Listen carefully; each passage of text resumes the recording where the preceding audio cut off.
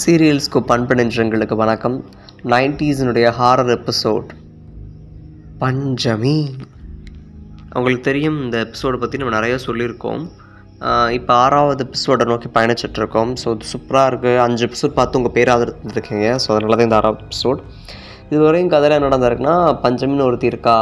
அவள் யார், ஒரு பேயாக இருக்கா ஊருக்குள்ளே. ஸோ அவள் யாருன்னு ஒரு குட்டி குழந்தை கேட்குது. அப்போ தான் கதை ஆரம்பிக்குது.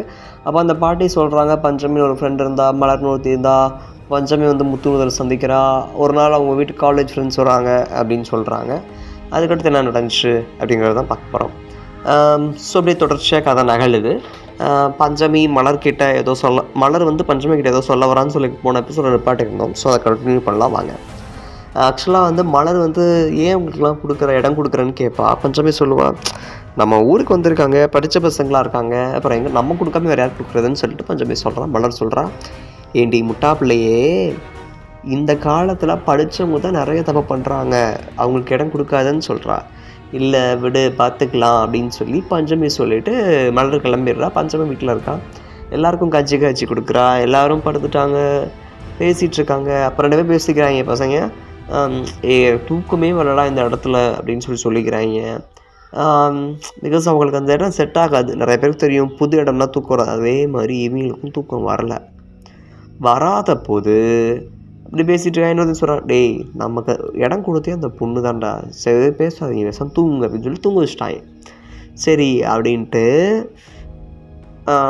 கணேஷ்னு ஒருத்தர் இருக்கான்.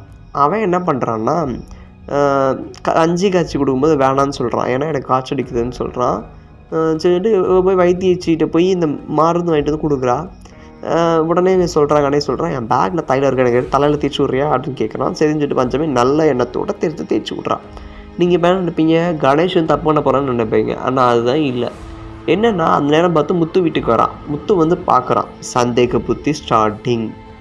கோவமாக வீட்டுக்கு போயிடுறான். திருப்பி அடுத்த நாள் காலைல வழக்கம் போல் நாத்துக்காரிகிட்ட சந்திக்கிறாங்க. சந்திக்கும்போது பஞ்சமி நடந்த எல்லாத்தையும் சொல்கிறா.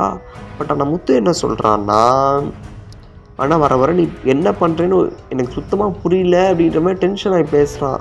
பஞ்சமி சொல்கிறேன், நீ நம்ப மாட்டியா? சரி என் வலது காலில் இருக்க அந்த வளையத்தில் தான் என்னோடய உயிர் இருக்குன்னு சொன்னாங்க, நான் கழட்டி கொடுக்குறேன், அப்போ நம்புவேன்னு கேட்குறாங்க. இவன் வேணாம்னு சொல்லிடுறான். ஆனால் இவன் கேட்காம கழட்டி கொடுத்துட்றா. ஏற்கனவே மலர் சொன்னான், அவனை பார்த்தது நேரம் சரியில்லைன்னு. கேட்டாலாம் இவன் கழட்டி கொடுத்தாச்சு. கொடுத்ததும் இவன் உடச்சிட்டான் அப்படின்னு சொல்ல மாட்டேன், அவன் உடைக்கலை. என்ன பண்ணுறான், நேராக வீட்டுக்கு கொண்டு போகிறான். வீட்டுக்கு கொண்டு போய் பத்திரமா அவன் ரூமில் ஒளிச்சு வைக்கிறான். ஒளிச்சு வச்சதை யாரும் பார்த்துருவாங்களோ? என்ன நடக்க போகுது நெக்ஸ்ட் எபிசோடில் பார்க்கலாம். தேங்க்யூ மக்கள். லைட்டோட வாய்.